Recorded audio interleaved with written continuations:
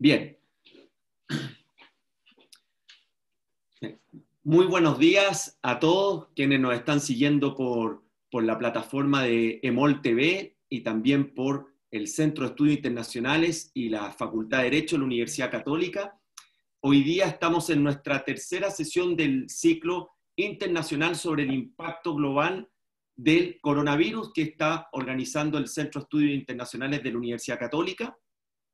Y en esta oportunidad tenemos a un personaje, un invitado muy destacado, amigo también de la casa, que es el embajador de Chile en Italia, Sergio Romero, quien además fue expresidente del Senado en Chile y es consejero del Centro de Estudios Internacionales dentro de sus funciones. Sergio, primero quiero saludarte y preguntarte cómo están allá, cómo está la situación en Europa, en el propio Italia, si tú nos puedes hacer contarnos una historia, ya que tú estás ahí mismo, en terreno. Bueno, en primer lugar, muchas gracias, Jorge, por la invitación. Me parece que es una espléndida oportunidad de que hagamos un análisis en conjunto de lo que significa esta irrupción de los 4 jinetes del apocalipsis que se han dejado caer en el mundo y que han iniciado su carrera apocalíptica por Europa. Y lo cierto es que Italia ha sido tal vez el primer eslabón de una cadena que desgraciadamente no sabemos dónde y cuándo va a terminar. Lo cierto es que estamos viviendo, Jorge, una vida sin fecha. Lo acaba de decir el nuncio Udine, y lo cierto es que es verdad, nadie sabe qué va a pasar mañana, cuándo va a terminar esto, cuándo se inicia la caída o la recuperación, porque ya la caída es brutal de la economía, y estos 4 jinetes del apocalipsis que son la muerte, ¿no?, que está representada por el virus, el hambre, que es la caída terrible y brutal del desempleo, ¿no es cierto?, y la economía, la guerra, que es la confrontación que se ha producido de quién va a tener el liderazgo mundial al final de esta pandemia, y la esperanza, que es naturalmente lo más importante y que es la mirada de las personas en que tienen cifrada su fe en que va a haber un mundo mejor. Yo diría que estos 4 jinetes están en carrera y naturalmente nosotros apreciamos que esta es una carrera larga, una carrera de fondo, no es una carrera de 100 metros planos, sino que es más bien una carrera de 10.000 metros planos, que es una carrera casi maratónica, porque hay países, como en el caso de propia Europa, que están en una fase menor que la que tiene Italia. Italia hoy día está entrando a la fase 3. ¿Y cómo surgió esto en Italia? Conversábamos, ¿no es cierto?, de esta situación, y fue muy sorprendente, fue muy inesperado. Nadie se lo sospechaba, los alcances ni la magnitud que iba a tener. Sergio, tú mencionaste los 4 jinetes, y cuando uno ve las cifras a nivel global, de los 6 países con mayores niveles de contagios y muertes, 5 son de la Unión Europea.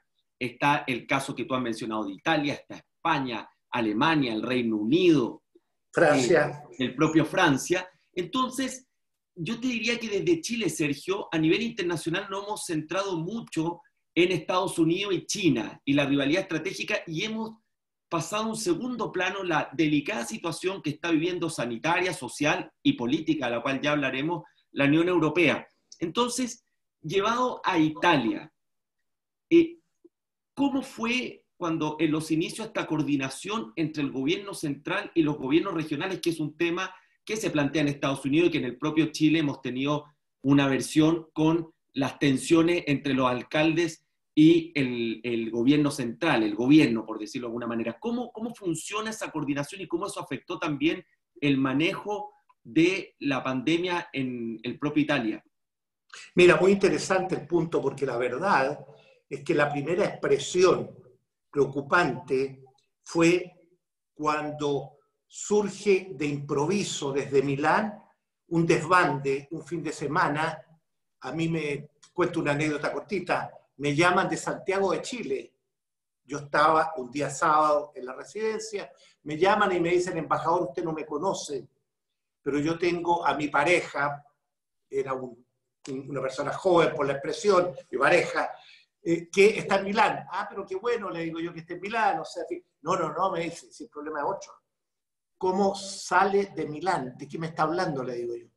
Que ella puede salir en cualquier minuto. ¿Quién le impide salir? No, me dice, es que a lo mejor usted no sabe.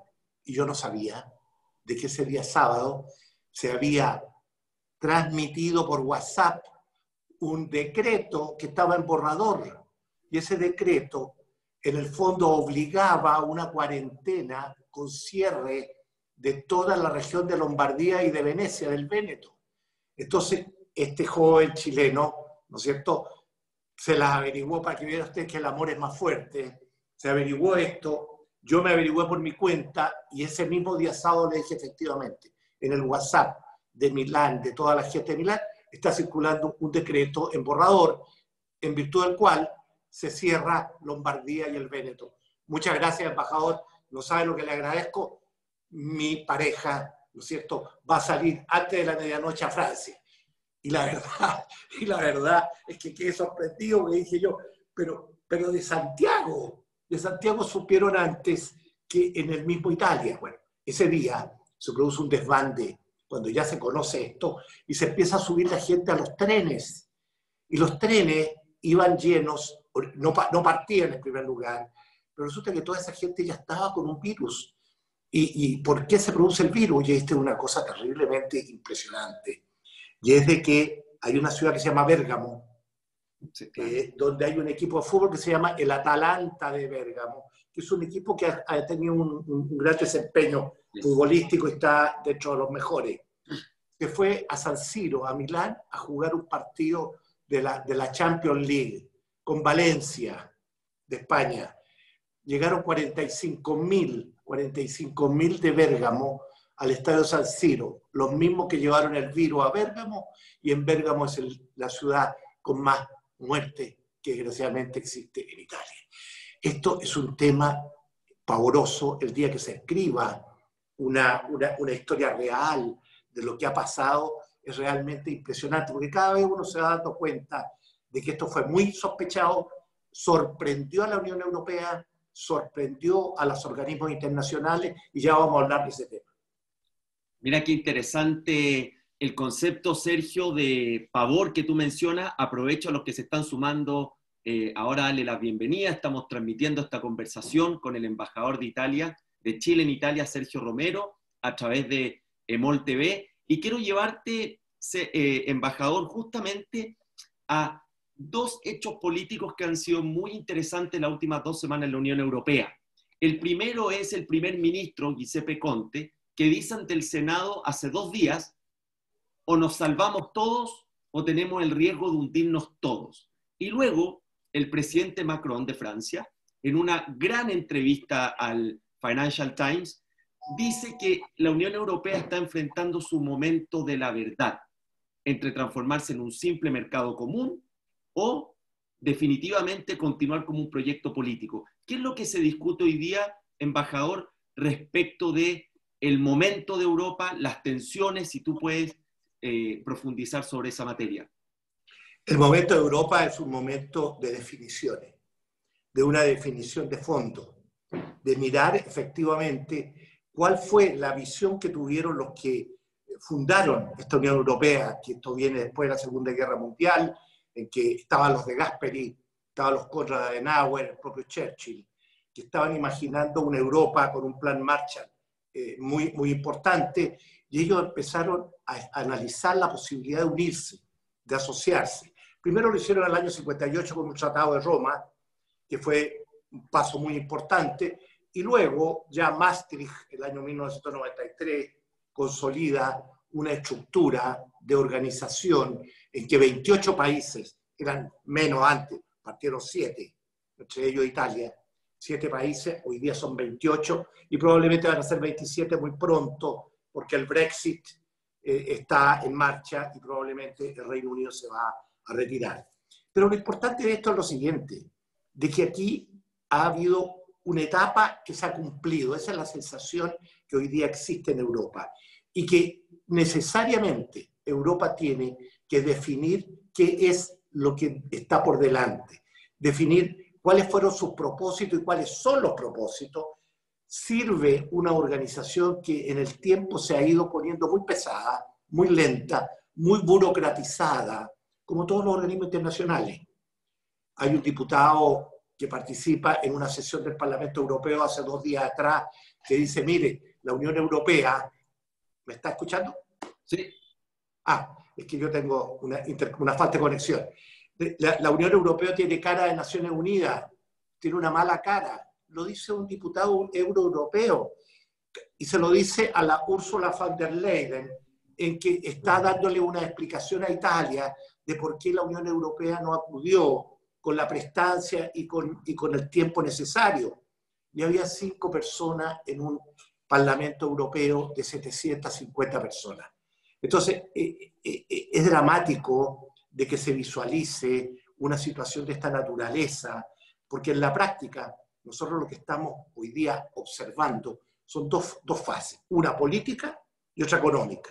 La fase económica, que es la más urgente, porque en la Unión Europea los países tienen que recuperarse. La caída que van a tener los países de su Producto Interno Bruto medio en Europa es del 6%. Italia va a tener un 7%.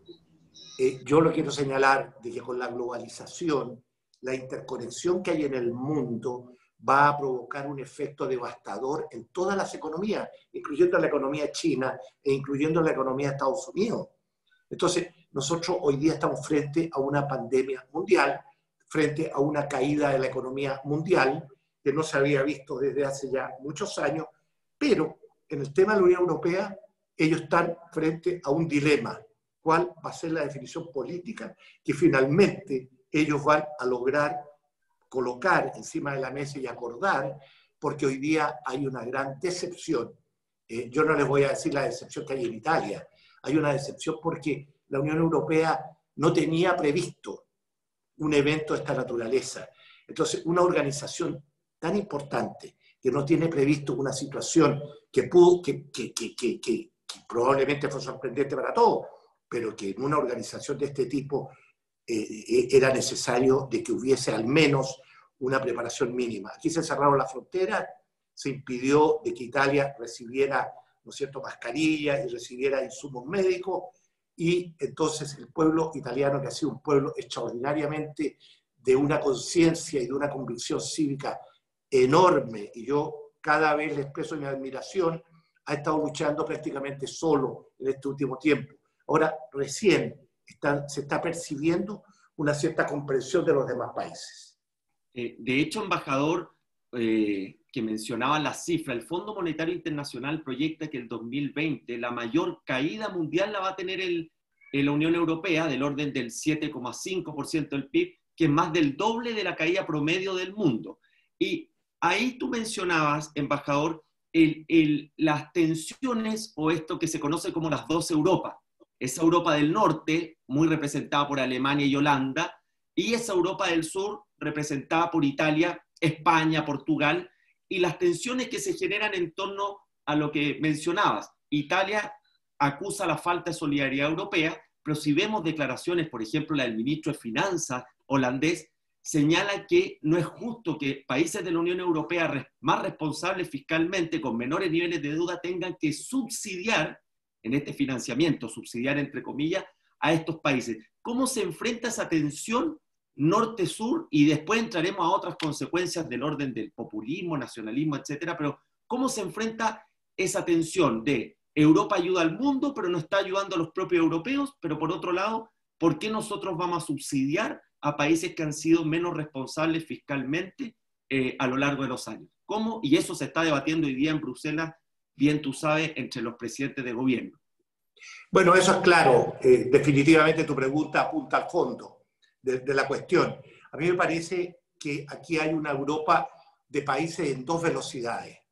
Una que caminan a una velocidad bastante importante y otro menos importante. Pero eso es una realidad en todo el mundo. O sea, es una realidad que existía y que siempre existió.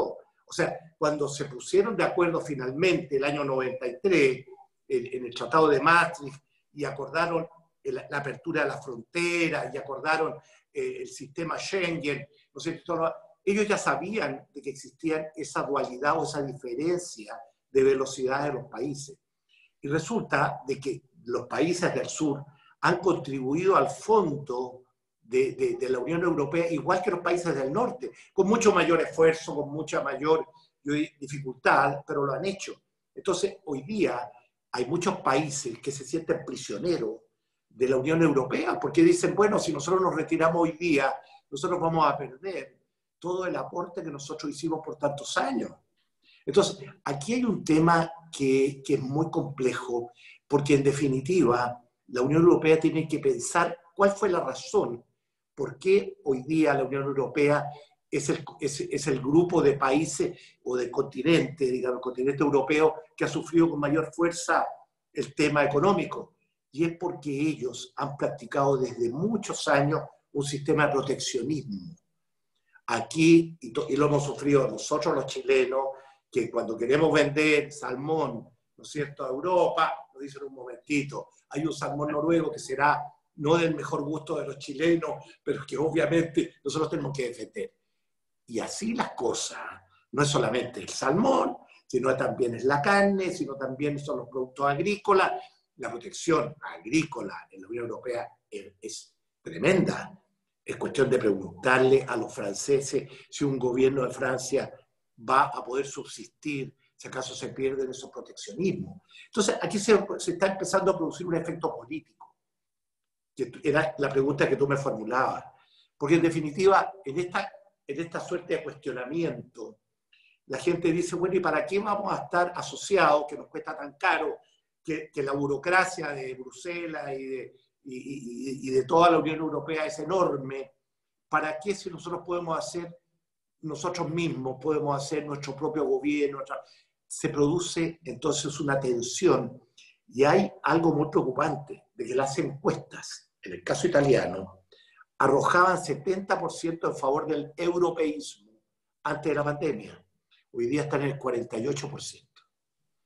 Eso significa de que este europeísmo, que todos los países del mundo entendemos de que la multilateralidad es efectiva y la cooperación internacional es esencial.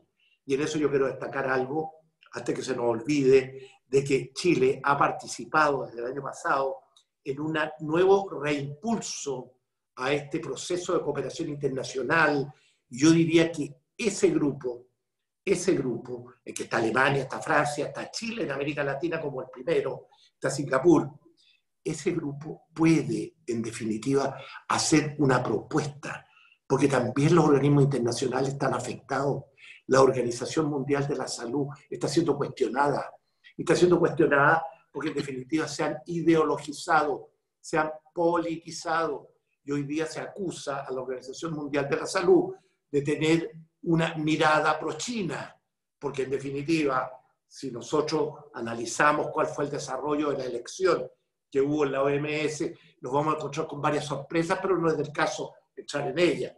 Yo simplemente quiero destacar de que lo que está cuestionado acá no es solamente los organismos internacionales como la Unión Europea, sino que la propia Naciones Unidas, que hoy día prácticamente se desconoce cuál es, en definitiva, el peso que ella ejerce. Hoy día hay conflictos de guerra interna de países, de más de 60 países, y el Consejo de Seguridad de Naciones Unidas nunca más ha figurado en ninguna primera plana.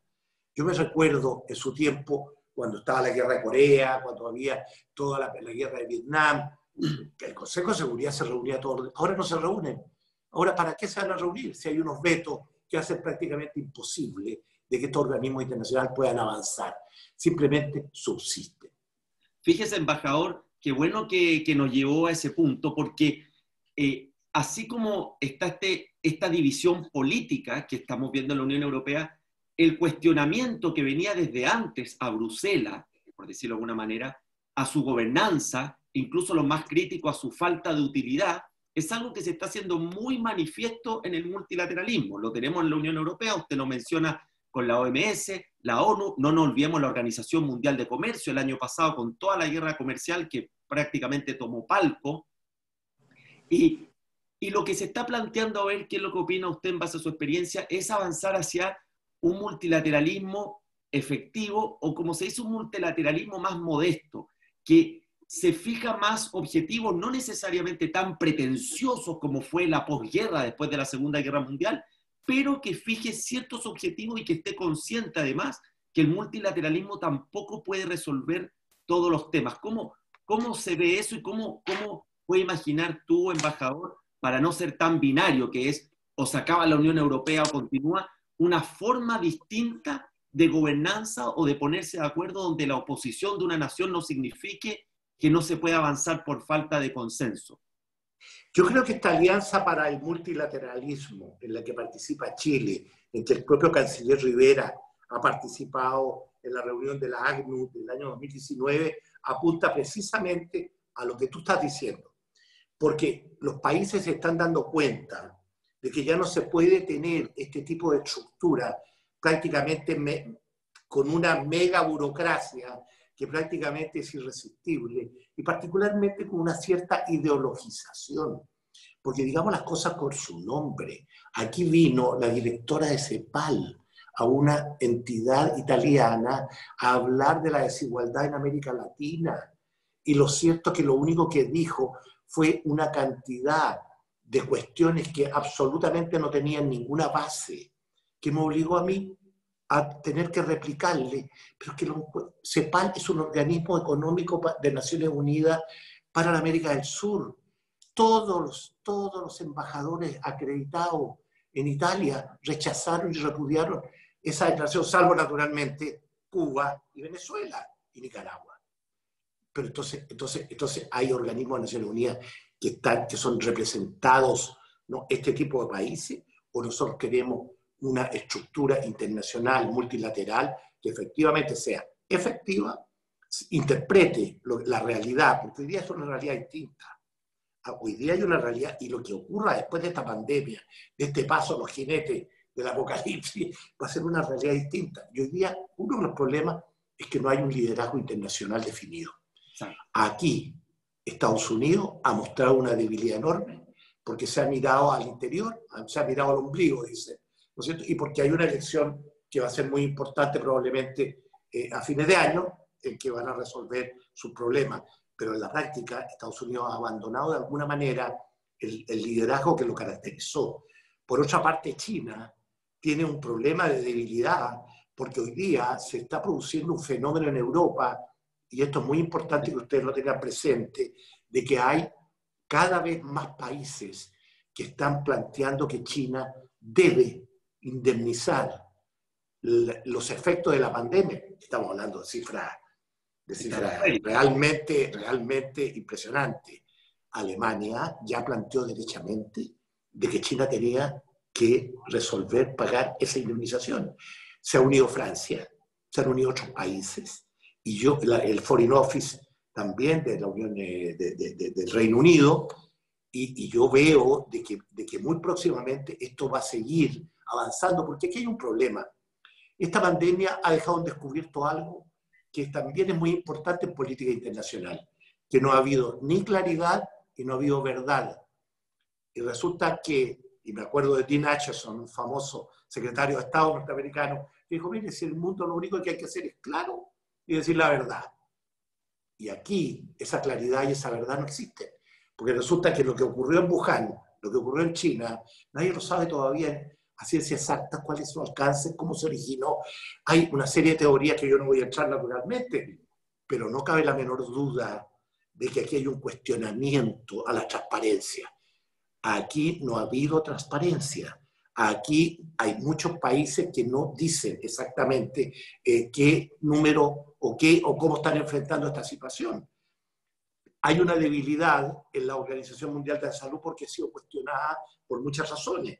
Entonces, nos encontramos con un mundo que no tiene ni claridad ni verdad. Tiene un liderazgo de Estados Unidos muy disminuido, un liderazgo de China muy debilitado por esta razón. Rusia, por su parte, ha intentado de penetrar, pero no le ha resultado, lo voy a decir en esos términos, porque ha sido más bien simbólico. Ha sido una presencia realmente simbólica. Y yo lo que echo de menos es de que haya un país que tire el carro. Ese país que efectivamente diga, mire, por aquí va el camino. Eso no existe hoy día. Embajador, qué interesante, se me venía a la mente el G20, que fue una respuesta a la crisis subprime del 2008-2009 como un ejemplo de colaboración global dinámico.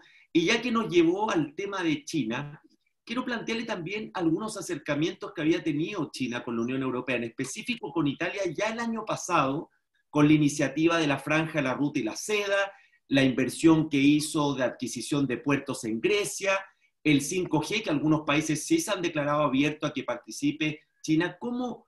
Y eso lo quiero vincular con el efecto del Brexit, donde el Reino Unido, para compensar las eventuales pérdidas que pudiera tener la Unión Europea, está negociando un acuerdo amplio con Estados Unidos.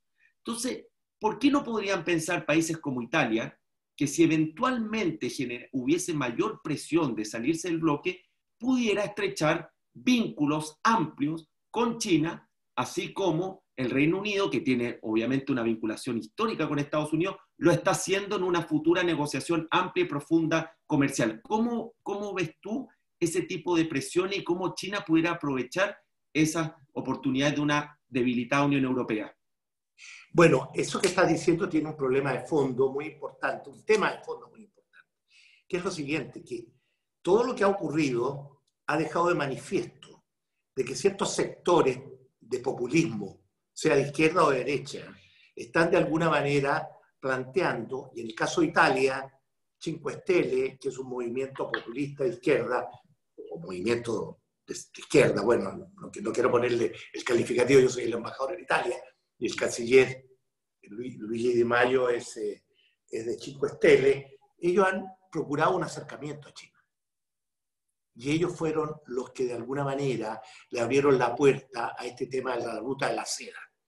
Pero la verdad es de que esa situación contrasta con que la oposición en Italia está representada también por un sector muy importante de un cierto populismo de derecha, como es la Lega de Salvini, que entre paréntesis tiene el 30%, 30% como movimiento, y que había ganado las últimas elecciones regionales. Entonces nosotros nos enfrentamos a un mundo que puede caer en manos de un populismo de izquierda o un populismo de derecha. Y eso sería la peor de las pandemias, porque sería una pandemia, ¿no es cierto?, política, que nos puede llevar simplemente a cualquier situación. Yo no estoy criticando, ¿no es cierto?, el tema, sino que estoy diciendo, miren lo que pasa en España con Podemos, ¿no es cierto?, en el gobierno, con un partido socialista obrero español que hoy día debe estar planteando en la conferencia de presidentes de gobierno de que ellos quieren una deuda perpetua. Yo no sé si ustedes han leído los diarios de que España, ¿no es cierto?, y en esto Podemos, que es un movimiento populista de izquierda, lleva la palabra también que ellos no quieren pagar la deuda. Ellos quieren simplemente dejarla anotada como una deuda perpetua. Porque en la práctica, hablemos las cosas como son. Ellos lo que quieren es que simplemente no haya una obligación de devolver esa plata. Ese es todo el tema. Bien, Y entonces se van a acercar los países a los que les ofrezcan. Entonces aquí se puede producir una atracción fatal. Esa atracción fatal que significa de que algunos países como China van a mostrarle una zanahoria, ¿no es cierto?, a otros. Estados Unidos va naturalmente a hacer su trabajo con los países, ¿no es cierto?, que les interesa, pero en la práctica yo creo que esa no es la solución. Yo creo que nosotros volvemos y creo que la alianza del multilateralismo debiera tomar una posición muy, muy importante, porque si no, y en esto hay un pensador, Richard Haas, que dice, mire, o el movimiento internacional sigue decayendo como está decayendo, o hay un cambio. Él cree que desgraciadamente, es muy pesimista, Haas, él cree que las cosas desgraciadamente tienen una inercia que va a ser muy difícil de cambiar.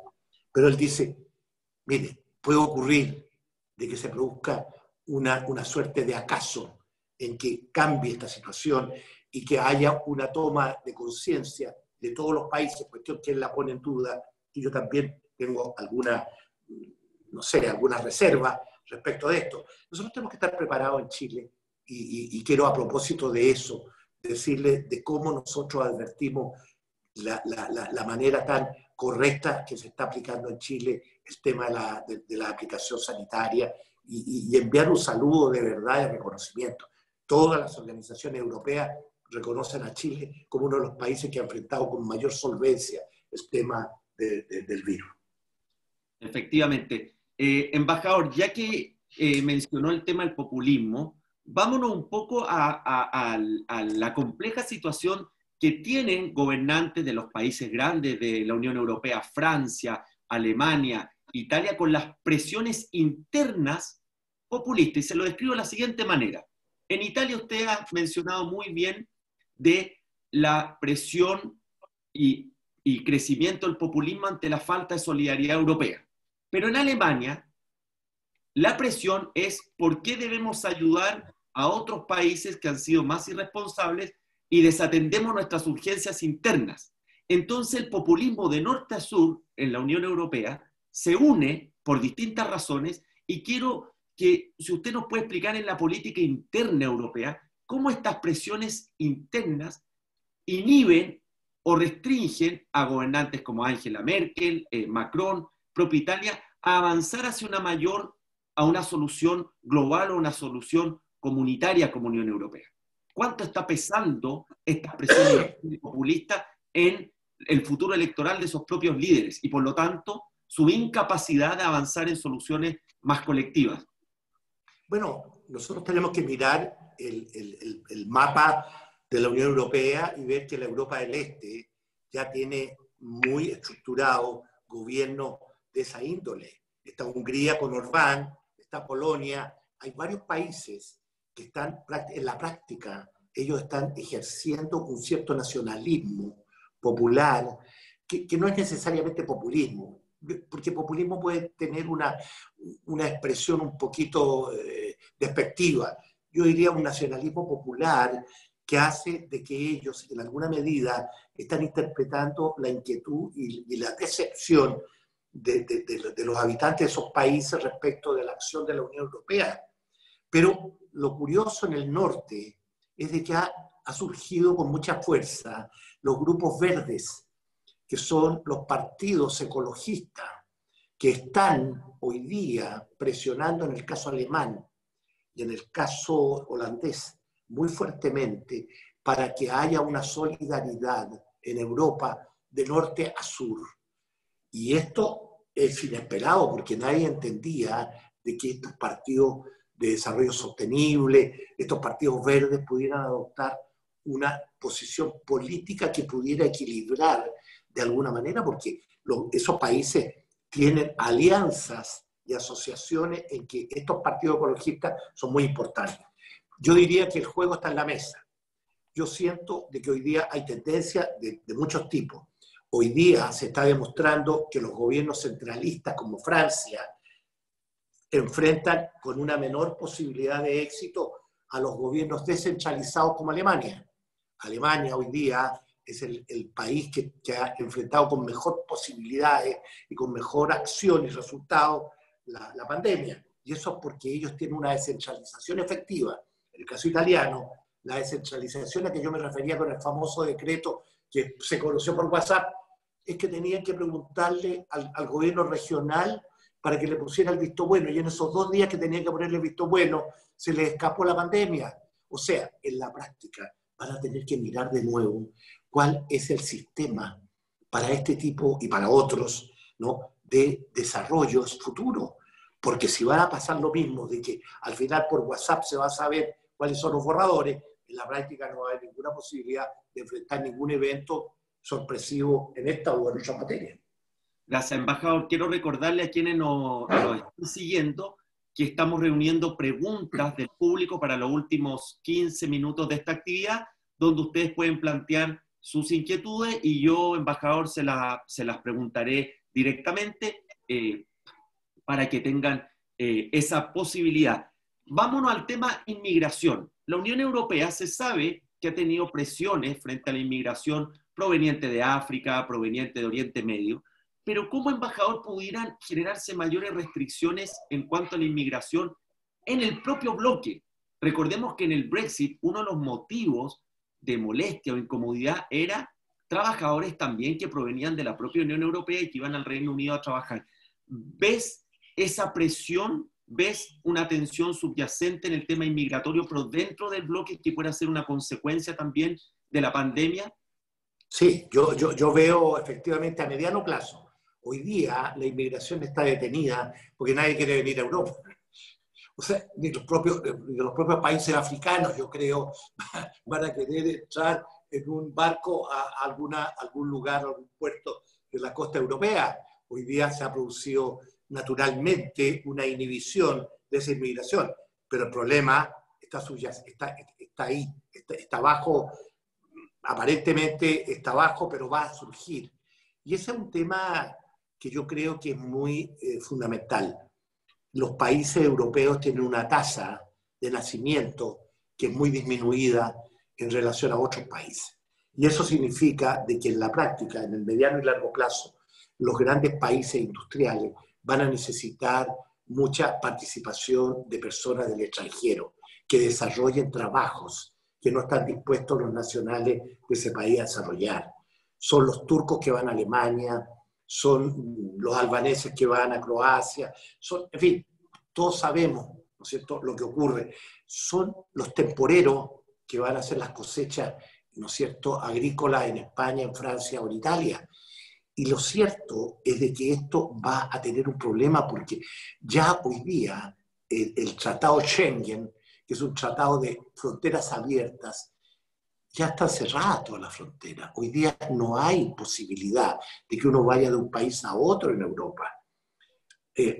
Supimos recién que había un avión que iba a hacer un viaje a Chile el 28 de abril a partir de Charles de Gaulle, del aeropuerto. Entonces la pregunta que nos hicimos varios, ¿y cómo llegan los chilenos al Charles de Gaulle?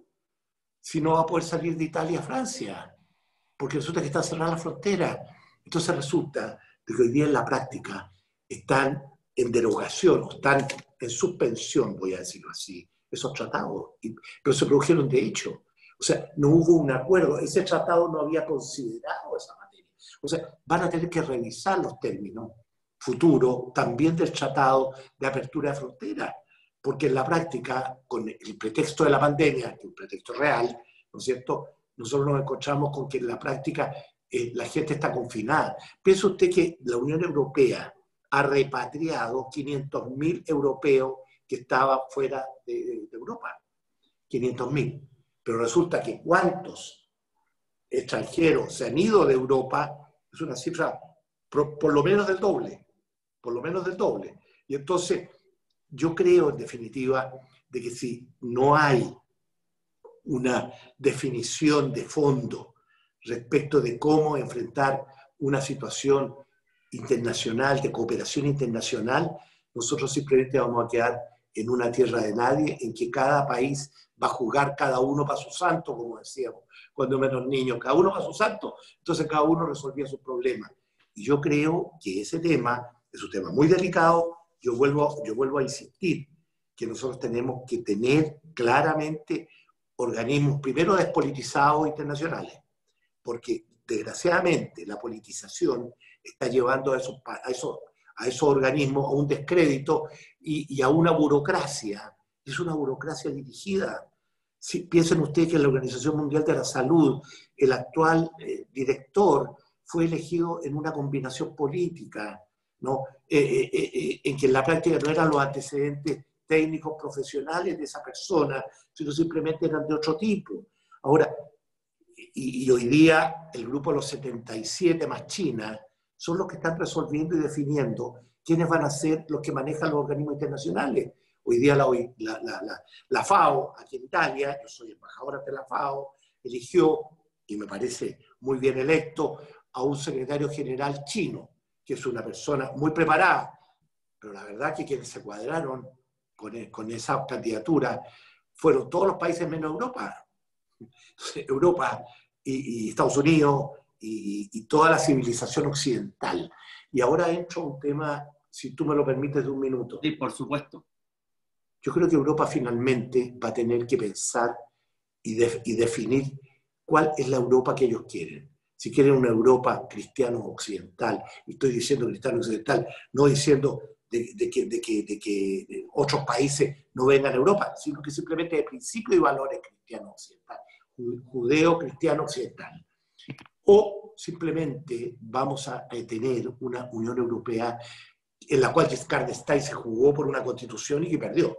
Todos recordamos que no consiguió los respaldos necesarios.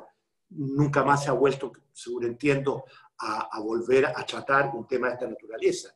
Pero en la práctica yo creo que aquí tiene que haber una definición de fondo que Europa quiere tener en el futuro los europeos. Interesante, embajador. Antes de iniciar la ronda de preguntas, ¿algún otro efecto geopolítico que usted proyecte después de la pandemia respecto a la Unión Europea? ¿Algún reequilibrio de fuerzas que va a ocurrir con Alemania, Francia, Italia? Si quieres como resumir hacia dónde piensas tú que va a ir el tema geopolítico. Mira, ese tema es un tema que no está resuelto. O sea, es un tema con una incógnita enorme. Yo de verdad no veo hoy día un planteamiento de fondo. Josep Borrell, que es el canciller, llamémoslo así, de la Unión Europea, planteó 4 puntos que son muy prácticos, pero son de muy corto plazo. Uno dijo, mientras no descubramos la vacuna, este tema no va a ser resuelto, el de la pandemia. Y tiene razón. Mientras no haya vacuna, esto puede resurgir y esto puede llevarnos a cualquiera. Segundo, dice, hay que limitar el efecto de los daños económicos que se han producido en el mundo y en Europa en particular. También tiene razón. Hay que limitar eso y evitarlo para poder tener una recuperación el próximo año que pueda permitir. Lo otro es la reapertura de fronteras. Fíjate que el canciller Borrell plantea la reapertura de las fronteras. O sea, en el fondo, él está diciendo, oiga, reabramos la frontera porque nosotros nos vamos a encontrar con un problema serio. O sea, en el fondo está derogado Schengen, de hecho. Y la última, planteamiento que hace Borrell es decir, luchemos contra la desinformación, porque este es el gran enemigo que ha surgido. Esta es la pandemia, esta es la infodemia.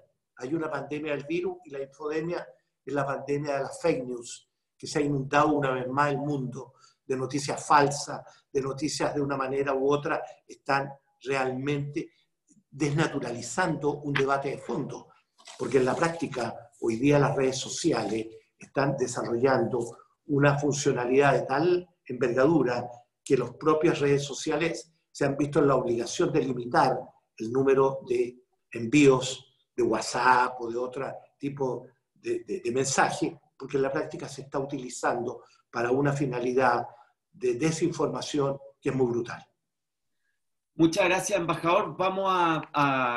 Hemos seleccionado aquí algunas preguntas antes del cierre, por supuesto. Y nos pregunta el ex embajador de Chile en China, Fernando Reyes Mata, que si bien tú valoras el papel de lo multilateral, no visualizas que a futuro la conducción futura requerirá más que de un país, lo que fue el director de orquesta de Estados Unidos estos últimos 70, 80 años, sino de varios países que empujen el devenir internacional, lo que algunos llaman esto multipolar. ¿Ves factible una globalización sin un líder, sino con un conjunto de países que van liderando según la ocasión? Bueno, yo no descarto de ninguna manera la posibilidad de que haya esta multipolaridad, porque en definitiva esta polaridad va a tener un problema de fondo. Los líderes actuales yo no los veo en la posibilidad de poder alcanzar un acuerdo. Ellos les ha costado muchísimo alcanzar acuerdos muy pequeños en materia económica entre Estados Unidos de Trump con la China de Xi. Pero no, yo no descarto la posibilidad de que el día de mañana otros gobiernos...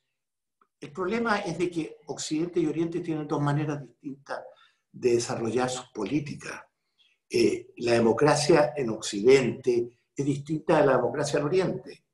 Entonces, yo lo llamo la atención, no estoy con esto diciendo nada despectivo, simplemente estoy diciendo de que hay una falta de sintonía y de ideas compartidas respecto a qué es lo que es una democracia.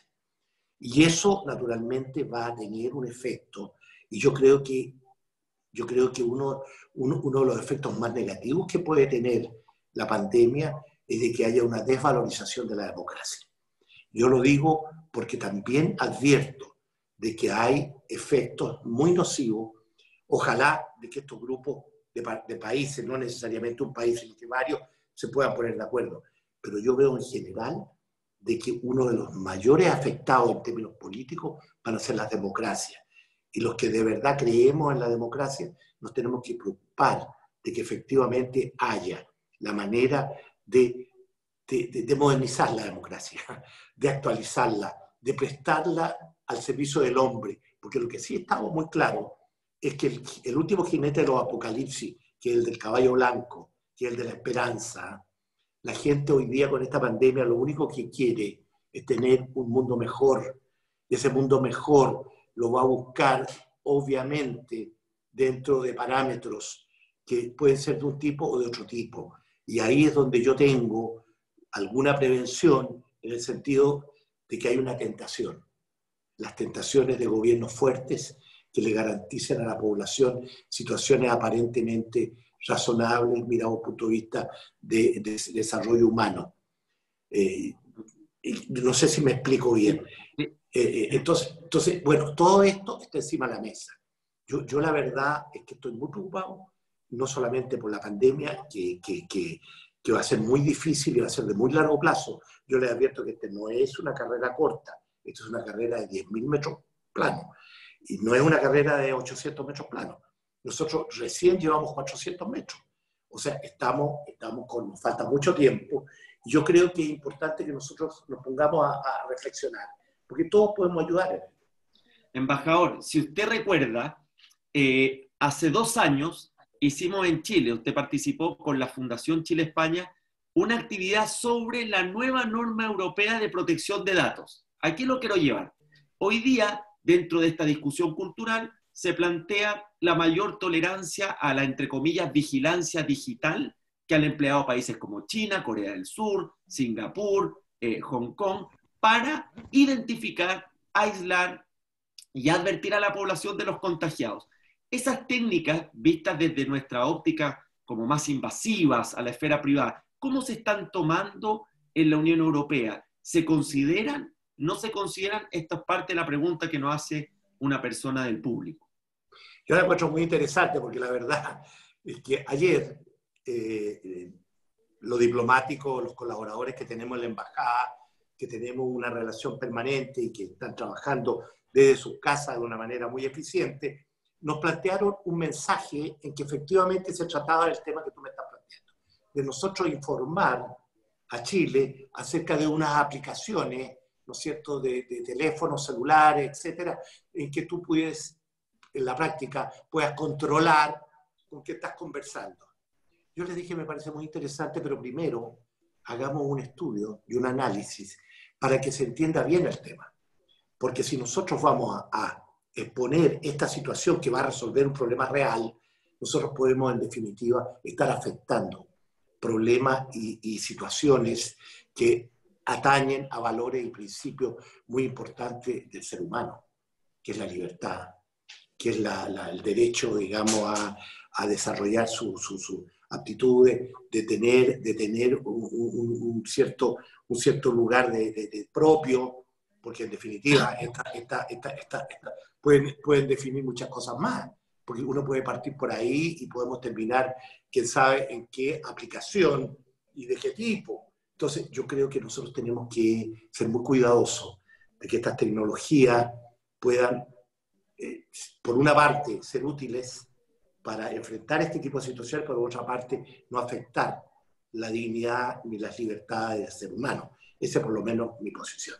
Bien. Nos están llegando muchas preguntas, embajador, acá una muy interesante, vinculada también a nuestro país, a Chile, y señala lo siguiente: ¿cómo se evalúan las fortalezas de las empresas europeas en su internacionalización luego de la crisis? Sabemos que hay muchas empresas de capital europeo acá en Chile. ¿Se mantendrá su poder de inversión en América Latina y en Chile principalmente? ¿Cómo vemos el rol de estas empresas transnacionales europeas y su eventual impacto en Chile? Yo en el caso italiano creo de que tenemos la suerte de tener empresas que tienen una inversión importante en Chile. La inversión empresa italiana en Chile es alrededor de 8.500 millones de dólares, que es bastante importante y bastante fuerte. Yo a ellos los veo observando la situación, los veo manteniendo claramente una posición de continuar en el trabajo y en la inversión en países como el caso de Chile. Naturalmente que ellos se inquietan y se preocupan cuando se producen situaciones como la de octubre pasado, que esa pandemia es de otro carácter y que me parece, y yo espero, ¿no es cierto?, de que la reflexión de la gente sea más ordenada y más confiable en términos de evitar los mayores daños adicionales que se puedan producir de esta razón o la otra. Pero yo en general no veo en Italia, yo no me quiero meter en otros países, no veo en Italia una mayor preocupación. Yo tengo un contacto permanente con ellos y lo cierto es que ellos, al contrario, puedo poner muchos ejemplos, no le quiero poner nombre y apellido, ellos incluso están confirmando inversiones mayores que se van a desarrollar a futuro en Chile en muchos campos, no solamente de la energía, de la industrialización, de la vialidad, de las concesiones, de la agricultura, sino que de todo tipo. Yo los veo a ellos confiando en Chile y confiando en que es una alternativa muy importante. Porque la verdad es que yo no veo dónde irían esas inversiones, cuáles serían las alternativas. Hoy día hay un riesgo en la parte financiera económica y de que se produzca una suerte de miedo, de pavor, que simplemente haga de que todos los tipos se retraigan. Eso sería fatal para el mundo, porque el mundo hoy día es global. Estos 500 años del Estrecho Magallanes, ¿no es cierto?, que lo íbamos a hacer, y espero que se celebre el 21 de octubre de este año, el descubrimiento del Estrecho Magallanes, esa fue la primera globalización que unió los dos océanos. Esa fue la primera ruta de la seda, se casó con todo el respeto que me merecen, ¿no es cierto?, los chinos. Esa fue una de las primeras rutas de la seda después de Marco Polo, que se produjeron. Entonces, en la práctica, yo creo que este mundo interconectado va a ser muy difícil que se desconecte. Si se llegara a desconectar, entonces habría que llamar a la Domitila, decían, ¿no es cierto?, para ver el manso choque que se iba a producir. De acuerdo. Y quiero vincularlo con otro comentario, embajador, de una pregunta que, como usted sabe, nosotros estamos en un proceso de negociación de la modernización del Acuerdo de Chile con la Unión Europea. Los tensión o las consecuencias de lo que está ocurriendo en la Unión Europea, ¿usted ve que pudiera afectar ese proceso de negociación, que es fundamental, obviamente, para los intereses de Chile? Yo no lo veo en el corto plazo de que haya una suerte específica de advertencia, no. Yo creo que lo que va a ser muy importante es cómo va a recuperarse la economía mundial, y en particular la europea y también la nuestra, después de este colapso. Yo creo de que después de la caída entre un 6 y un 7% del producto del PGB, digamos, europeo, va a haber un rebote que probablemente va a haber una recuperación de un 4%, se calcula. Yo estoy en contacto con la Confindustria, que es como la confederación de la producción y comercio en Chile, y ellos están en esa posición. Están muy pesimistas en el corto plazo, 7% menos, pero creen de que ellos pueden superar el 4% el próximo año. Ahora, son términos relativos, entonces eso va sin duda a tener una relación con la demanda, porque hoy día la gente está más pobre, la gente va a tener menos recursos, hay un desempleo brutal. Uno de los caballos que yo le hablaba, usted no me quiso hacer caso del apocalipsis, es del hambre, y hay un caballo que se llama desempleo, que ya adquiere características muy sustantivas. Hay un crédito, que fue el primer crédito que se otorgó por la Unión Europea, que es el SURE, que es un crédito para evitar justamente el desempleo. Pero en la práctica hay una serie de dependientes y de personas que ven afectados y limitados sus posibilidades. Entonces, al haber una menor demanda, obviamente que se va a producir un frenazo de la economía brutal. Ahora, ¿cuánto dura? ¿Cuándo se van a recuperar los empleos? Porque este es un círculo que está unido. Exactamente. Mira, aquí un residente italiano menciona lo siguiente. Dice, nosotros los italianos decimos que sin la Unión Europea somos Argentina.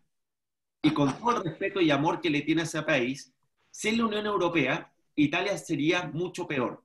Imagínese emitir bonos con la lira en vez del euro. ¿Será entonces, plantea la pregunta, más bien una temporal caída de la popularidad de la Unión Europea en las encuestas, más que un problema profundo, permanente? Yo creo lo mismo que él, yo pienso que es temporal. Yo lo planteé en el sentido de que hay una decepción transitoria, temporal. Incluso había unas canciones que le dedicaron, ¿no es cierto?, a los países que se negaban a mandarle las mascarillas, etc. Yo creo que es temporal. Yo pienso, y vuelvo a insistir, yo creo que la cooperación internacional es clave, no solamente para Italia, sino que para Chile, para Francia, para todos los países. Esta es una realidad de la cual, si nosotros no entendemos de que tenemos que buscar su ayornamiento, su mejoría, hacerla mejor, hacerla sin burocracia, pero yo creo que nosotros necesariamente necesitamos. Imagínense una Italia. Italia vive en un 70% del turismo, es de Europa. Entonces, si en Europa hay desempleo, hay hambre, el caballito del apocalipsis no logra, se van a ver afectados ellos mismos. Entonces, Europa necesita a sus países y los países necesitan a Europa. Yo soy un gran y fervoroso partidario de la cooperación internacional, pero aquí tiene que haber también un entendimiento de que tienen que ser organismos internacionales no ideologizados. Yo lo digo porque aquí hay una tendencia enorme en que los propios directivos se encargan de propagar un ideologismo que no tiene nada que ver con el origen de estos organismos. Segundo, Naciones Unidas tiene la obligación de mirarse el ombligo, porque en la práctica Naciones Unidas es el gran manto que cubre todo este tipo de organizaciones. No es el caso de la Unión Europea, que es una personalidad, una comunidad de derecho público muy sui generis, pero no cabe la menor duda que la Unión Europea también se entiende dentro de un concierto internacional en que Naciones Unidas tiene una importancia relevante, debería tener una importancia relevante. Embajador, y en ánimo a lo que comenta, estamos ya en la última parte, los últimos 10 minutos de la actividad organizada por el Centro de Estudios Internacionales con el apoyo de MOL, hoy analizando el impacto global de la pandemia del coronavirus desde la perspectiva de la Unión Europea. ¿Cómo ve, embajador, entonces, la salida que se discute hoy día entre los presidentes de gobierno? ¿Será una salida con solidaridad europea, eurobonos, garantía común para todos por igual? ¿O usted piensa que va a ser un mecanismo de estabilización financiera más al estilo de lo que se hizo con Grecia hace unos años? Yo no lo sé. Yo hace mucho tiempo dejé de hacer pronósticos en esta materia. Porque la verdad es de que la realidad siempre me ha llevado al convencimiento de que uno no tiene que anticipar resultados. Yo lo que creo es que los gobiernos van a salir con un acuerdo, que va a ser un acuerdo que no va a dejar contento a todos probablemente, va a ser un acuerdo que va a necesitar de trabajar ese acuerdo y de pulirlo. No va a ser ni eurobono ni esto, va a ser algo intermedio. Yo siento de que va a haber solidaridad, porque si no hay solidaridad, entonces se va a producir un desbande como el de Milán. Se van a subir todos los trenes y cada uno va a su santo. Yo creo que ese no es el espíritu de los presidentes de los gobiernos. Ni Giuseppe Conte, que es un gran estadista, se ha convertido realmente en un líder, es una persona que ha dicho que él no está disponible para afirmar cualquier cosa. Pero decir que no va a afirmar cualquier cosa no significa de que él no esté abierto a solucionar los problemas de Italia. Porque los problemas de Italia, él se siente naturalmente con la responsabilidad de hacerlo. Y Macron y Merkel y todos los demás están en la misma posición. Entonces yo desde esta perspectiva creo que va a haber un acuerdo probablemente general, que no va a dejar contento a todos, pero lo que no veo es un quiebre. No veo que haya haber un quiebre. Embajador, vamos a seguir con estas preguntas rápidas de definiciones. También estamos englobando mucho los temas que hemos discutido. ¿Vamos a atender, piensa usted, hacia la mayor moderación en la Unión Europea o el crecimiento del populismo de líderes populistas o de corte nacionalista seguirá creciendo en un contexto de mayor desempleo, mayor frustración, señalar con el dedo a un culpable, que es fácilmente señalar a un culpable abstracto llamado Unión Europea, que son todos, pero al final no es nadie. Entonces, ¿cómo ve usted eso? Y también cómo ve a estos grandes líderes, Alemania, Francia, Italia, ya hemos hablado bastante en ese cuadro. Yo veo de verdad un riesgo, y yo creo que el riesgo efectivamente está en el corto plazo planteado de que mientras no haya una visión clara de una Europa dirigida por líderes reales de carne y hueso, porque los que habían están en retiro. La primera ministra Merkel hoy día está prácticamente retirándose del primer plano. Macron tiene sus problemas también propios. Inglaterra, Reino Unido, que siempre tuvo un peso importante, en la práctica ya abandonó el barco de la Unión Europea. Ahora es un problema de tiempo, pero Boris Johnson, ¿no es cierto?, consiguió finalmente separar al Reino Unido de Europa. Yo lo que veo es una tendencia efectivamente a que hay un mayor nacionalismo. O sea, yo veo efectivamente de que va a haber una tendencia a gobiernos, pero que no necesariamente esos gobiernos sean antieuropeos. Porque distingamos, miren el caso italiano. En el caso italiano hay una centro-derecha que no es antieuropea. Hay una parte que puede ser escéptica, pero hay una otra parte, como la de Forza Italia, de Berlusconi, etcétera, que ellos son europeístas, pero sin embargo son europeístas críticos para el esquema que habíamos hablado de una pesadez y de una falta de visión o de pérdida de los propósitos iniciales de la Unión Europea. Pero yo estoy convencido de que el europeísmo no se va a eliminar tan fácilmente.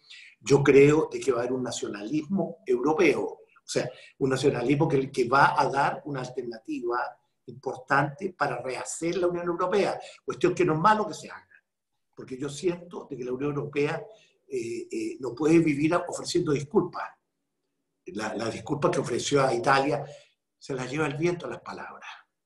Entonces es muy fácil de que alguien diga en Italia, oiga, muchas gracias por la excusa, pero, ¿sabe? No me ayuda a resolver el problema, ¿no es cierto?, esta excusa que usted me está dando. Bien, o sea, el momento de la verdad que hablaba en su entrevista Macron tiene elementos de definiciones, pero tiene elementos de una Unión Europea renovada, entendida de una forma distinta, pero no significa necesariamente volver al nacionalismo o a cerrar fronteras como se entiende. Podríamos pensar algo de esa manera. Embajador, usted hoy día publicó una carta al Mercurio en homenaje a un político, un líder importante en Chile, Sergio Nofre Jarpa, que además cumplió, ya que estamos hablando de tensión entre países, cumplió un rol importante en el conflicto con Argentina. No sé si quiere, antes de cerrar, dedicarle algunas palabras, algún saludo. La verdad es que Sergio Nofre Jarpa es de los últimos estadistas y repúblicos, como yo digo en la carta, que sabía el oficio público. Y yo creo de que Chile le debe a Sergio Nofre Jarpa un reconocimiento muy importante. Yo siento de que Sergio Nofre Jarpa fue tal vez la expresión de un chileno preocupado de Chile. Y eso a mí me parece de que debe tener una connotación. Y yo estoy impulsando de que se escriba un libro para que las generaciones futuras sepan de que también hubo políticos de estadistas en el país, porque aquí había una crisis en que todo el mundo, y particularmente los animadores de televisión, y todos estos personajes que han salido, digamos, de no sé dónde, y que están en el fondo tratando de reemplazar lo que fue la gran política en este país, la política que hizo la gran transición, la política de personas que de verdad estaban mirando a Chile, no de las personas que hoy día están gritando en la Plaza Italia o en la Plaza Baqueano, cosas inentendibles y después saqueando vandálicamente. Por eso que yo creo de que nosotros tenemos que destacar, y por eso que quise destacar a Sergio Nofre Jarpa, porque me parece que Sergio Nofre Jarpa representa lo que debe ser un chileno bien nacido.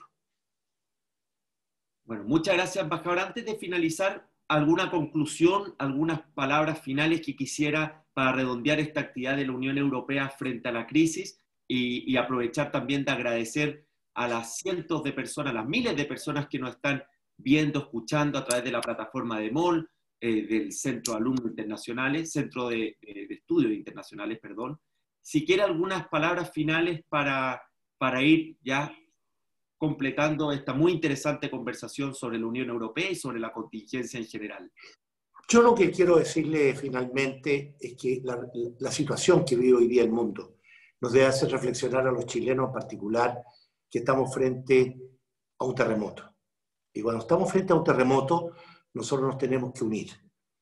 Porque si ese terremoto es tan devastador como se piensa, y que yo creo que efectivamente se está iniciando un proceso muy devastador en Europa, en Estados Unidos, en China, y espero que en menor medida en América Latina, nos pille no en una crisis confrontacional, sino en una relación mucho más armónica de escucharnos y de respetarnos. Yo creo de verdad, y a mí me duele muchísimo, ¿no es cierto?, cuando de lejos veo cómo nosotros nos estamos farreando lo que con tanto, nos costó con tanto esfuerzo 200 años. Si Chile fue un país pobre, y Chile hoy día es lo que es gracias al esfuerzo de todos, de derecha, de izquierda, de centro, lo que sea. Pero en definitiva, lo que nosotros no podemos terminar siendo es un país de violencia, un país de saqueo, un país de vandalismo. Eso a mí me tiene muy preocupado. Y yo creo que nosotros después de esto esperemos, ¿no es cierto?, de que la reflexión y la racionalidad vuelva. Yo entiendo que el reclamo es absolutamente legítimo, pero hay maneras de expresarlo, hay maneras de decirlo.